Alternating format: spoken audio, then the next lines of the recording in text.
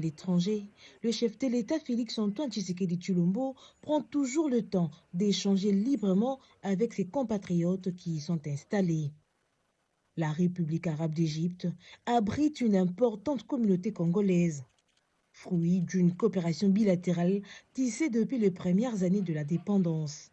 Grâce à ces liens historiques, plusieurs jeunes officiers de la police et de l'armée congolaise sont formés dans les académies du pays des pharaons.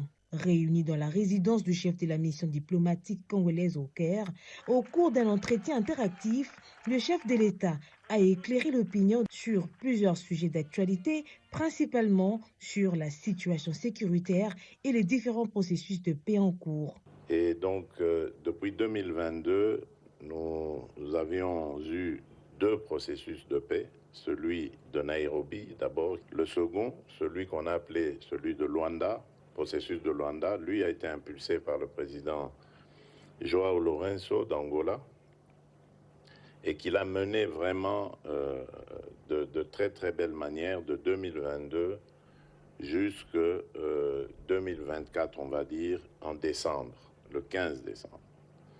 Ce jour-là, ça allait vraiment être l'aboutissement de ce processus, parce que tout le chemin avait été parcouru, tout avait été organisé, et on allait donc sceller cet accord de paix en décembre 2024. Malheureusement, le président rwandais avait brillé par son absence.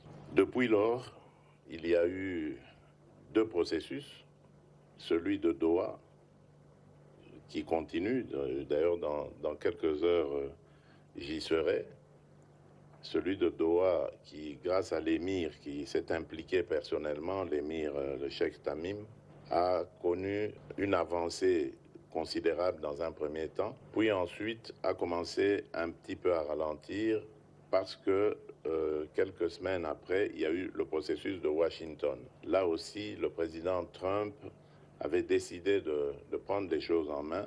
Il a le sens aussi de la paix, que je salue d'ailleurs, parce que c'est exactement la même vision que moi.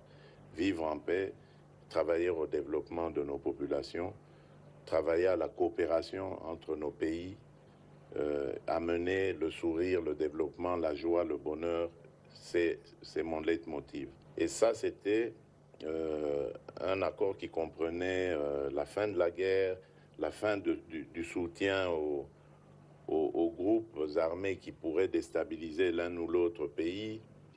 Cette rencontre a été la dernière étape de son séjour au pays des pharaons.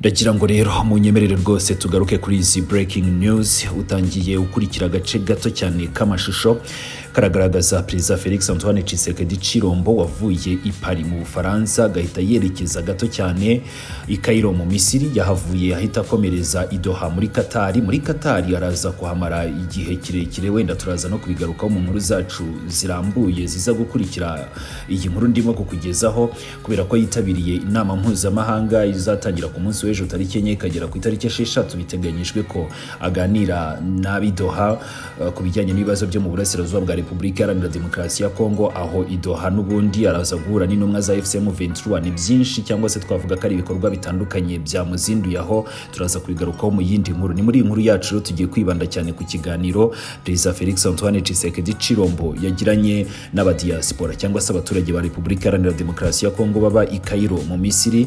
Baganiriye iki? Nta kindi ahanini bibanze ngo ku mahoro ndetse n'umutekano imbere mu gihugu muri Repubulika Iharanira Demokarasi ya Kongo. Ni Tshisekedi wakomoje kuri icyo kiganiro avuga ko bimushimisha cyane ngo kuba yagiye mu mahanga agahura n'abaturage bahaba, akabereka ko igihugu ko agishakira amahoro. Yewe rero yatangaje ko kuri ubu ngubu ngashyize imbere amahoro ku buryo nibiba ngombwa ngo yiteguye no kwambara imyambaro ya gisirikare akajya ku rugamba, ariko kandi yongera gushimangira ko atigeze yifuza intambara. Ibi byose ngari kubikora kuko yifuriza abaturage b'igihugu cye amahoro. Si ibyo gusa, yongeye gushinja u Rwanda ibirego bidafitiwe ibimenyetso turaza kuba tugarukaho, birimo ngo no kwiyomekaho uburasirazuba bwa Repubulika Iharanira Demokarasi ya Kongo. Ni amagambo avuze mu bihe bibi kubera ko impande zombi zirasatira noneho amasezerano ya nyuma muri iki cyumweru ndetse n'igitaha i Washington. Ni muri iki cyumweru ni Doha, Washington mu cyumweru gitanya kuwa Perezida Paul Kagame ahura n'uyu Tshisekedi Tshilombo. Birumvikana rero ko muri iyi nkuru nza kwibanda cyane ahanini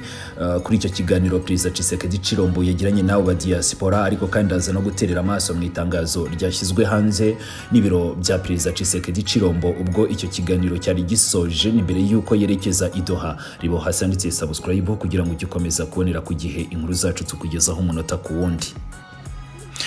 Ni Perezida wa Repubulika Iharanira Demokarasi ya Kongo Felix Antoine Tshisekedi Tshilombo yongeye kuvuga amagambo akomeye cyane ku gihugu cy'u Rwanda na nyakubahwa Perezida Paul Kagame ubwo yahuraga n'abanyekongo baba mu Misiri, aho yarasoje uruzinduko rwe rw'akazi. Ni mu kiganiro yagiranye na diaspora ya Repubulika Iharanira Demokarasi ya Kongo ibaho mu Misiri. Tshisekedi yongeye kuvuga amagambo akomeye cyane avuga ko u Rwanda rufite imigambi mibisha yo gusahura ubutaka bwa Repubulika Iharanira Demokarasi ya Kongo, yewe rero ngo no kwiyomekaho ibice by'uburasirazuba ngo ni mu rwego rwo kugira ngo u Rwanda rube runini kandi ngo rugire noneho aho rukura ibikorwa by'ubuhinzi no gutuza abantu barwo cyangwa se kwagura igihugu. Ni ibintu u Rwanda rwahakanye imyaka yose, rukagaragaza ko Kongo ariyo yonyine yishoye muri ibi bibazo by'intambara ndetse kari nayo ifite urufunguzo rwo kubikemurana. U Rwanda rwagaragaje uko Kongo yahisemo gukorana n'umutwe w'abajenosideri ba FDLR basize bahekuye u Rwanda muri jenoside yakorewe Abatutsi, hakiyongeraho noneho gutera ubwoba igihugu cy'u Rwanda bavuga ko bashaka kuruhungabanyiriza umutekano no gukuraho ubuyobozi bwa nyakubahwa Perezida Paul Kagame. Ari nabyo byatumye u Rwanda rushyiraho ingamba z'ubwirinzi ku mupaka warwo. Ibi ngibi Ambasaderi Olivier Nduhungirehe, Minisitiri w'Ububanyi n'Amahanga n'Ubutwererane w'igihugu cy'u Rwanda, nawe ubwe aherutse kubikomozaho. Usibye wenda n'izo mpamvu, abanyekongo ubwabo aribo muri M23 bakomeje kugaragaza ibibazo bitandukanye, aho n'amahanga kuri ubu ngubu yamaze kumenya neza ko iyo ntambara ishingiye ahanini ku bibazo by'imbere mu gihugu. Gusa rero Tshisekedi Tshilombo ubwo yaraho i Cairo, ibyo byose yabirenzeho akomeza kuvuga amagambo akomeye nk'ubwo ngubwo yagize ati Perezida Paul Kagame afite imigambi ikomeye cyane yo kwigarurira ibice byacu. Intego ye ni ugucamo Kongo ibice, agafata cyangwa se agatwara imidugudu yo mu burasirazuba bwa Repubulika Iharanira Demokarasi ya Kongo, ariko nanone ifite ubutaka bukize cyane ku mutungo kamere n'ubuhinzi. Yakomeje avuga ko kuva mu mwaka wa 2022 Kongo ngo yanyuze mu nzira ebyiri z'amahoro, hari ya Nairobi n'iya Rwanda, ariko nanone avuga ko Rwanda yananiwe kugerwaho cyangwa se yaje gucika intege ngo kubera ko nyakubahwa Perezida Paul Kagame yanze kwitabira ibijyanye no gusinya amasezerano ya nyuma. Ati amasezerano ya Rwanda yagombaga gusinywa ku wa 15 Ukuboza 2024, ariko Kagame ntabwo yigeze yitabira uwo muhango. Ubu rero dufite inzira ya Doha izakurikirwa n'iya Washington. Ni mu masaha ari imbere nanjye ndabamaze kugera i Doha kugira ngo dukomeze ibyo biganiro. Ibi rero byose ndimo kuvuga ni bimwe mu byo watangiye ukurikira mu gace gato cyane k'amashusho kagaragaza uko Perezida Tshisekedi yaganiraga n'abo ba diaspora baba i Cairo mu Misiri.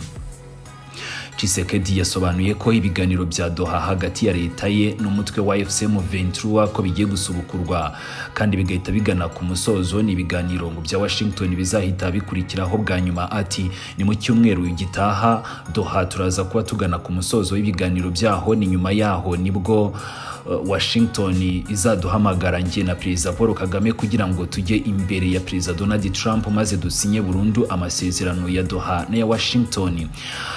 Uyu mugabo kandi yashimye umusanzu wa Emire wa Qatar Sheikh Tamim bin Hamad Al Thani, akavuga ko yabigizemo uruhare rukomeye cyane kandi ko azamushimira mu buryo wenda bw'umwihariko.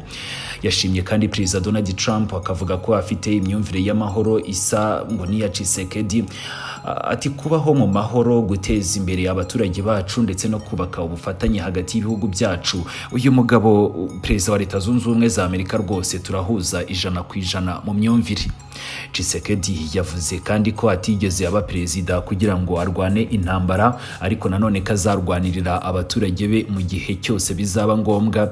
Yewe rero ngazemera be n'umusirikare afata imbunda ajye ku rugamba.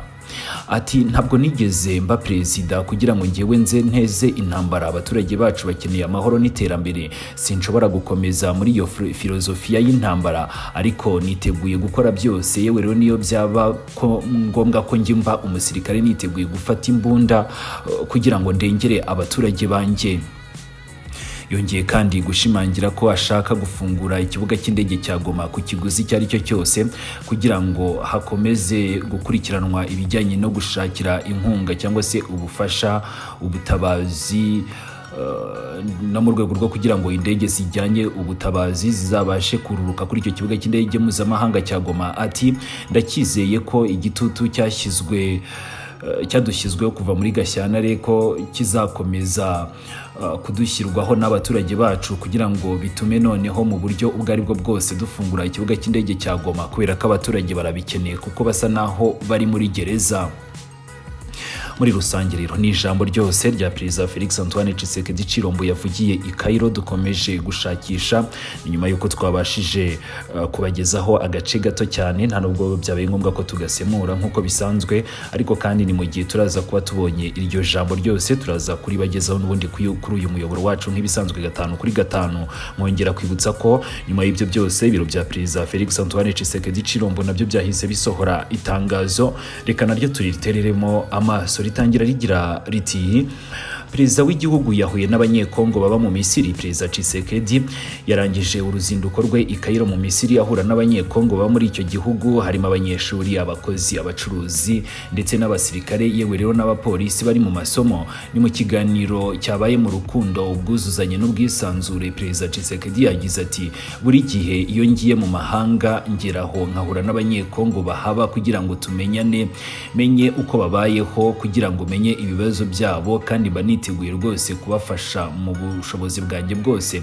Icyifuzo cyanjye nuko abanyekongo bose, yaba ababa imbere mu gihugu cyangwa se hanze, bagomba kubaho mu mahoro, mu byishimo no mu bwisanzure. Ni muri urwo rwego rero mu bibazo cyangwa se bijyanye n'ibibazo biri mu gihugu cyacu imbere, twagize inzira ebyiri z'amahoro cyangwa se zigamije kubikemura, hari ya Nairobi n'iya Rwanda. Iyo ya Rwanda yagombaga kuba yararangiye ku itariki 15 Ukuboza 2024, ariko ntabwo byabaye kuko Perezida Kagame atigeze yitabira. Ubu dufite ibiganiro bya Doha n'ibya Washington, byombi bigamije kurangiza mu buryo bwa burundu intambara. Tshisekedi yagize ati nshimira Emile wa Qatar ku ruhare yagize mu biganiro na FCM 23, nzamushimira mu buryo bwihariye wenda kuko biteganyijwe ko ndarayo, kandi ndashimira Perezida Donald Trump ni ku cyerekezo cy'amahoro dufitanye, duhuje umugambi umwe. Ngiye kunga ubumwe, ntabwo ngiye guteza intambara, ariko niteguye gukora ibishoboka byose kugira ngo ndengere abaturage banjye.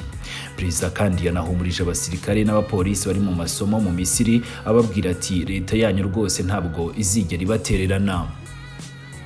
Nkibutsa ko u Rwanda rwakomeje guhakana ibirego byose bya Tshisekedi, rugashimangira ko nta mugambi mubisha uwo ari wo wose rufite ku gihugu cy'abaturanyi, yewe rero ko nta n'imigambi u Rwanda rufite ku butaka bwa Kongo cyangwa se no kuvogera ubusugire bw'icyo gihugu, ahubwo ko Kongo ariyo ikomeje gukorana n'imitwe irwanya igihugu cy'u Rwanda irimo FDLR n'abandi, kandi ko aribo bakomeje guteza intambara mu burasirazuba bwa Repubulika Iharanira Demokarasi ya Kongo. Ni mu butumwa rero buheruka bwa Minisitiri w'Ububanyi n'Amahanga y'igihugu cy'u Rwanda, Kigali yagaragaje ko amahoro y'ukuri kashobora kuboneka binyuze mu biganiro, katari mu gusebanya cyangwa se gutanga ibisobanuro bishingiye ku binyoma nk'uko Tshisekedi yongeye kubyumvikanamo ubwo yaraho i Cairo.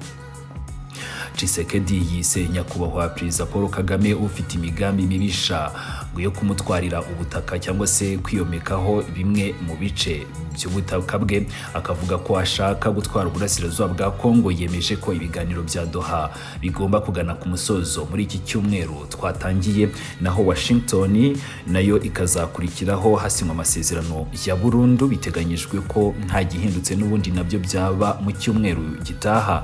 Yashimiye Emile wa Qatar na Trump ni ku ruhare rwabo mu biganiro by'amahoro. U Rwanda rukaba ruhakana ibirego byose, rukagaragaza ko Kongo ari ifite imyitwarire yo gukomeza gushyigikira, gukorana ndetse no gukikira cyangwa se kurera n'ibindi mitwe yitwaje intwaro y'abajenosideri.